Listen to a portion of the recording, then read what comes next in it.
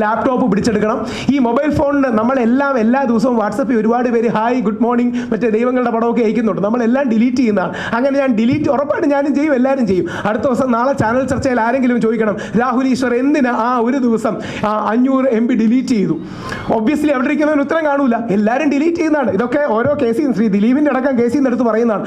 എന്തിന് ആ data delete ചെയ്തു? എല്ലാ ദിവസവും എല്ലാവരും നമ്മുടെ മൊബൈലിലൊക്കെ വാട്സപ്പിൽ ഒരു പണിയില്ലാതെ ഒരുപാട് പേര് മെസ്സേജ് അയക്കുമ്പോൾ തിരിച്ച് നമ്മൾ വയ്ക്കുമ്പോൾ നമ്മൾ ഡിലീറ്റ് ചെയ്യാറില്ലേ എല്ലാത്തിനും? എന്നിട്ടൊരു സംശയം, എന്നിട്ട് എല്ലാത്തിനും പറയുന്ന ന്യായം എന്താ അറിയോ? ഞങ്ങൾ അതിജീവിതയ്ക്ക് വേണ്ടി പോരാടുകയാണ്. ഇപ്പം അങ്ങനെ അങ്ങ് പറഞ്ഞാൽ മതിയല്ലോ. ഞങ്ങൾ അതിജീവിതയ്ക്ക് വേണ്ടിയുള്ള വളരെ ശക്തമായ പോരാട്ടമാണ്. ആയിക്കോട്ടെ, അതിജീവിതയ്ക്ക് വേണ്ടി പോരാടിക്കോളൂ. മറുഭാഗത്ത് നിൽക്കുന്ന ആണും ഒരു മനുഷ്യനാണ് എന്ന് തിരിച്ചറിവ് നമുക്ക് വേണം. ആ തിരിച്ചറിവാണ് വേണ്ടത്. അതുകൊണ്ടാണ് നിങ്ങൾ എല്ലാവരും, ഞാൻ ആത്മാർത്ഥമായി ചോദിക്കണം, ഉത്തരം പറയേണ്ട, ഒരു ആത്മാർത്ഥമായി ചോദിക്കുകയാണ്. ഒരിക്കലെങ്കിലും ബോബി ചെമ്മണ്ണൂർ പറഞ്ഞ ശരിയാണെന്ന് ഞാൻ എവിടെങ്കിലും പറയും നിങ്ങൾ കേട്ടിട്ടുണ്ടോ? ബോബി ചെമ്മണ്ണൂർ പറഞ്ഞാൽ തെറ്റാണ്. എനിക്ക് ബോബി ചെമ്മണ്ണൂരിനെ ഇഷ്ടമാണ്. ഞാൻ ബോബി ചെമ്മണ്ണൂർ സംസാരിക്കുകയും ചെയ്യും. എനിക്ക് ആ മനുഷ്യനെ ഇഷ്ടമാണ്. ഒരുപാട് സേവനങ്ങൾ ചെയ്യുന്നുണ്ട്. 100 കണക്കിന് ആൾക്കാർക്ക് വീട് വെച്ച് കൊടുക്കുന്നുണ്ട്. ലക്ഷക്കണക്കിന് ആൾക്കാരെ പുള്ളി രക്തദാനത്തിലേക്ക് കൊണ്ടുവന്നിട്ടുണ്ട്. പക്ഷേ ബോബി ചെമ്മണ്ണൂർജി അങ്ങ് ചെയ്ത ആ ദ്വയാർത്ഥ പ്രയോഗം ശരിയല്ല എന്ന് പറയാൻ എനിക്കൊരു മടിയില്ല. പക്ഷേ രാഹുൽ ഈശ്വർ ന്യായീകരിച്ചു എന്ന് പറഞ്ഞാൽ മാത്രമേ ഹണി റോസിലേക്കുള്ള വിമർശനം വരാതിരിക്കൂ. അങ്ങനെ ചെയ്യുന്നതിന് എന്തെങ്കിലും ന്യായമുണ്ട്? ഇപ്പം ചില ചാനലുകളെങ്കിലും രാഹുൽ ഈശ്വർ മറ്റേ ഹണി റോസിൻ്റെ അധിക്ഷേപം, ഹണി റോസിനെ ഒരു ഓൺലൈനാണ്, ഹണി റോസിനെ ലൈംഗികമായി അധിക്ഷേപിച്ചു, രാഹുൽ ഈശ്വറിന് തിരിച്ചടിയെന്നൊക്കെ. ഇപ്പം ഞാൻ ലൈംഗികമായി അധിക്ഷേപിച്ചു എന്ന് പോയി. അപ്പം അങ്ങനെ പറയരുത്. ഹണി റോസിനോടുള്ള വിമർശനം ഇനിയും ബഹുമാന പുരസ്സരം തുടരും. അത് ഹണി റോസ് മാത്രമല്ല, അമലാപ്പോളാകട്ടെ ബാക്കിയുള്ളവരാകട്ടെ അങ്ങനെയുള്ളൊരു വിമർശനം തുടരും. അതിനോട് അനുകൂലിക്കണമെന്നൊന്നും പറയുന്നില്ല. അതൊരു സോഷ്യൽ കൾച്ചറൽ ഡിബേറ്റാണ്. പക്ഷേ കേസ് എടുത്ത് പുരുഷന്മാരെ അകത്തിട്ട് തീർക്കാമെന്ന വനിതാ കമ്മീഷൻ്റെയും യുവജന കമ്മീഷൻ്റെയും ഒക്കെ നിലപാടുകൾ അവർ പുനർപരിശോധിക്കണം. അവർ വിചാരിച്ചാൽ തീർച്ചയായിട്ടും ജയിലിലടയ്ക്കാം. കാര്യം അവർ കോടതിയുടെ അധികാരങ്ങളുള്ളതാണ്.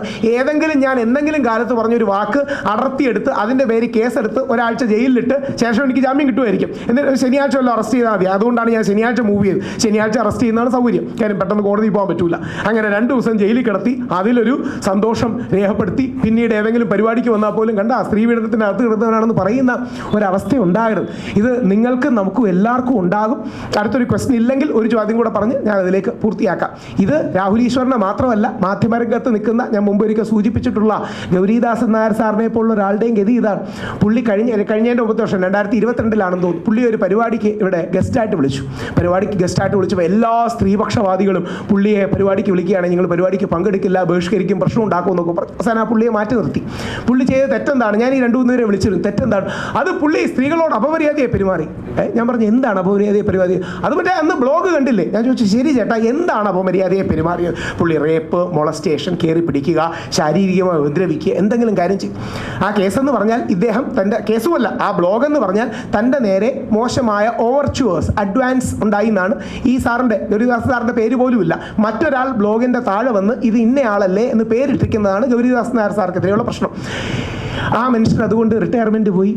പുള്ളിയുടെ ജീവിതത്തിൽ കിട്ടാളെ പോയി VRS എടുത്ത് മാറ്റിക്കോളാൻ പറഞ്ഞു. കാര്യം സ്ത്രീപക്ഷ നിലപാടാണല്ലോ. ഹിന്ദുവിന് അല്ലാതൊരു നിലപാടെടുക്കാൻ കഴിയില്ല. ദി ഹിന്ദു എന്ന് പറയുന്ന ലെഫ്റ്റ് ലിബറൽ പത്രത്തിന് അല്ലാതൊരു നിലപാടെടുക്കാൻ കഴിയില്ല. സാറ് പോയി. സാർ എപ്പോഴെങ്കിലും പൊതുവേദികൾ നിങ്ങൾ ആരെങ്കിലും കണ്ടിട്ടുണ്ടോ? മുമ്പ് കണ്ടാൽ ഇവിടെ ഉണ്ടെങ്കിൽ ഏറ്റവും തലയെടുപ്പത്തോടെ തലപ്പൊക്കത്തോടെ നിൽക്കുന്ന വ്യക്തിയാണ്. ആ വ്യക്തി മോശക്കാരനായി, ആ വ്യക്തിയുടെ ജീവിതം പോയി.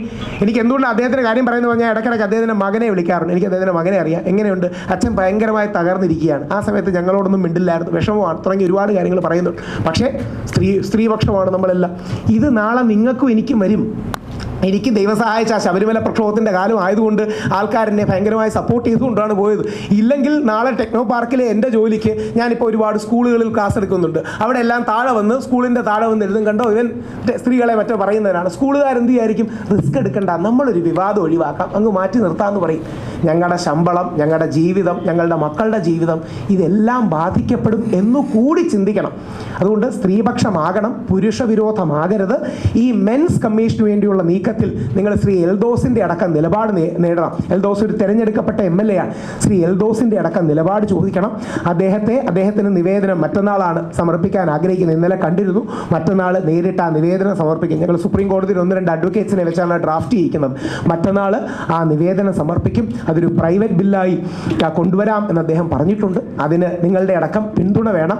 ആ പുരുഷ കമ്മീഷനിലേക്ക് ചെല്ലുകയാണെങ്കിൽ ഇന്ത്യയിലെ ആദ്യ പുരുഷ കമ്മീഷനായിരിക്കും കേരളത്തിലേക്ക് വരുന്നത്. വിജയിക്കുമെന്നൊന്നും എനിക്കറിയില്ല. പക്ഷേ ആ പുരുഷ കമ്മീഷൻ എന്നുള്ള ആശയം പ്രസക്തമാണ്.